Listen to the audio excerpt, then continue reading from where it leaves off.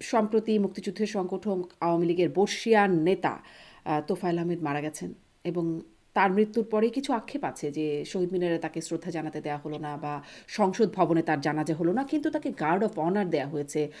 মানে আইন অনুযায়ী যেটা তার প্রাপ্য পাবার কথা। তার কিছুদিন আগে আমরা দেখেছি মুক্তিযোদ্ধা ইঞ্জিনিয়ার মোশাররফ হোসেন মারা গেছেন, তাকেও গার্ড অফ অনার দেওয়া হয়েছে। যেখানে ডক্টর ইউনূস সরকারের সময় আমরা দেখেছি মুক্তিযোদ্ধারা, মতিয়া চৌধুরীর মতো মুক্তিযোদ্ধা মারা গেছেন বা তারপরে আরও অনেকে মারা গেছেন, মানে গার্ড অফ অনার তো হয় নাই, বরং বেশ অসম্মানজনকভাবেই মানে কোনো রকম সম্মাননা জানানোই তাদেরকে হয় নাই। ফলে কি মনে হয়, উদারতার একটা বহিঃপ্রকাশ বলবেন, নাকি আসলে আপনি কি বলবেন, মানে ইউনূস সরকার থেকে তারেক রহমানের সরকারের উদারতাকে একটু বেশি মনে হচ্ছে নাকি না? প্রথম কথা, ডক্টর মোহাম্মদ ইউনূস তো কোনো মানুষের পর্যায়ে পড়ে না। আপনাকে একদম পরিষ্কার ভাষায় কথাটা বলতে চাই। এখানে উদারতা অথবা অনুদার হওয়ার বিষয়ে আমি অবতারণা করব না, because he has somehow proven himself to be a monster, rather like a Demon. এখন আমার মনে যে দুঃখটা, সেটা হচ্ছে যে বেগম মতিয়া চৌধুরীর মতো একজন নেত্রী, বাংলাদেশের জন্য যিনি নিবেদিত প্রাণ, তাদের পরিচয় আওয়ামী লীগের থেকে অনেক উপরে।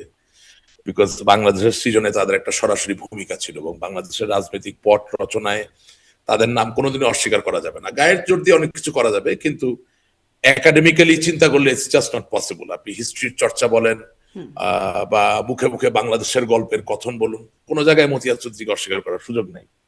ঠিক একইভাবে জনাব তোফায়েল আহমেদ, আমি মনে করি জনাব মতিয়া চৌধুরীর থেকেও অনেক বেশি ছাপিয়ে অনেক বড় একজন ব্যক্তিত্ব হিসেবে নিজেকে প্রতিষ্ঠিত করতে পেরেছেন এবং বাংলার মানুষের কাছে তার সেই অবস্থান আছে। সমস্যা হচ্ছে কি জানেন, এটা তো উদারতার বিষয় না। বিষয় হচ্ছে যে পৃথিবী চলে আইনে, পৃথিবী চলে প্রথায়, পৃথিবী চলে পৃথিবী ইংরেজি শব্দ প্রেসিডেন্টের মাধ্যমে চলে।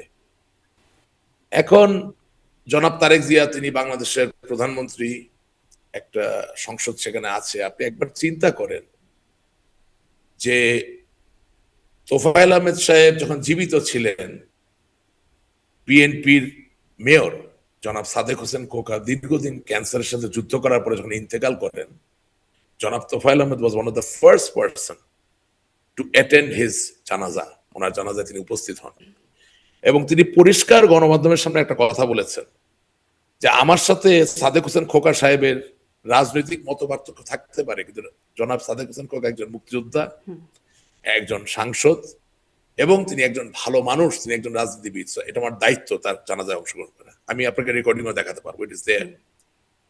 জনাব মওদুদ আহমেদ সাহেব যখন মারা গেছেন, তখনও কিন্তু তোফায়েল আহমেদ সাহেব he made it A point যে জনাব মওদুদ আহমেদের জানাজায় তিনি অংশগ্রহণ করবেন। আজকে কি হলো দেখেন।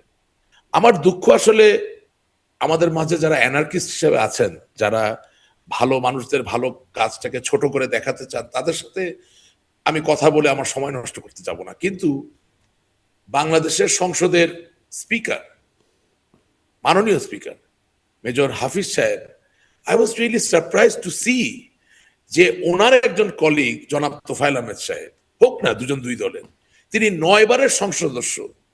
মাননীয় স্পিকার, আপনি তো প্রধানমন্ত্রী হবেন না, আপনি রাষ্ট্রপতিও হবেন না, আপনি ভারত হবেন না, বাংলাদেশেরই স্পিকার, এবং আপনি বাংলাদেশের মুক্তিযোদ্ধা এবং আপনি বাংলাদেশের সংসদ সদস্য। আপনি সাহস করে তোফায়েল আহমেদের মতো একজন কিংবদন্তি রাজনৈতিক পুরুষকে তাকে সঠিক সম্মান জানানোর জন্য সংসদে এনে জানাজা পড়াতে পারলেন না। এটা কি তোফায়েল আহমেদ সাহেবের ব্যর্থতা নাকি আপনার ব্যর্থতা? এটা ইতিহাসের খাতায় লেখা থাকবে। I am really surprised.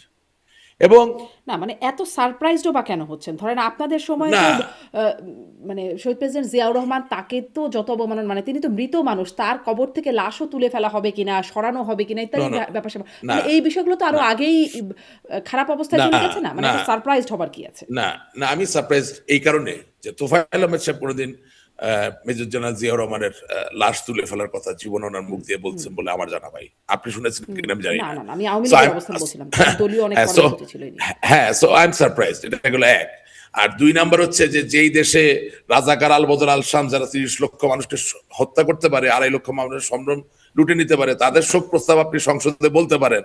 আর তোফায়েল আহমেদ সাহেবের মতো কিংবদন্তি রাজনৈতিক পুরুষ, মুক্তিযোদ্ধার সংগঠক, হ্যাঁ 69-এর গণ আন্দোলনের মহানায়ক, বঙ্গবন্ধুকে যিনি বঙ্গবন্ধু উপাধি দিয়েছেন, তার আপনি জানাজা পড়াইতে পারেন না। এখানে আমি কেন সারপ্রাইজ হব না আপনি বলেন? আমি আপনাকে ব্যাপারটা হচ্ছে কি, সব তো আর আইনের ব্যাপার না, কিছু প্রথার ব্যাপার আছে। প্রথাগতভাবে ভালো কাজ, সঠিক কাজ করা বাংলাদেশে সম্পূর্ণভাবে বিপর্যস্ত হয়েছে। হ্যাঁ, আমাদের সময় তো আমরা অনেক কাজ করেছি, সেটা তো আপনার অনুষ্ঠানে এসে আমি বারবার স্বীকার করেছি, এগুলো করা ঠিক হয়নি। এখন সেটা আমরা করেছি বলে আপনিও করতে থাকবেন, তাহলে তার বাংলাদেশকে নিয়ে স্বপ্ন দেখার কোনো কারণ নাই। তাহলে আর বাংলাদেশকে নিয়ে আপনি যে প্রোগ্রাম করেন সেটাও করার কোনো কারণ নাই, আমারও এই প্রোগ্রামে আসার কোনো কারণ নাই। আমরা আশা করতে চাই যে কেউ কোথাও না কোথাও দাঁড়িয়ে থেকে সঠিক কাজটা করবেন, এবং যদি সঠিক কাজ কেউ না করেন, কেউ যদি অন্যায় করেন বা অসম্মান করেন, সেটা প্রতিবাদটাও আপনাদের মাধ্যমে আমরা করতে চাই।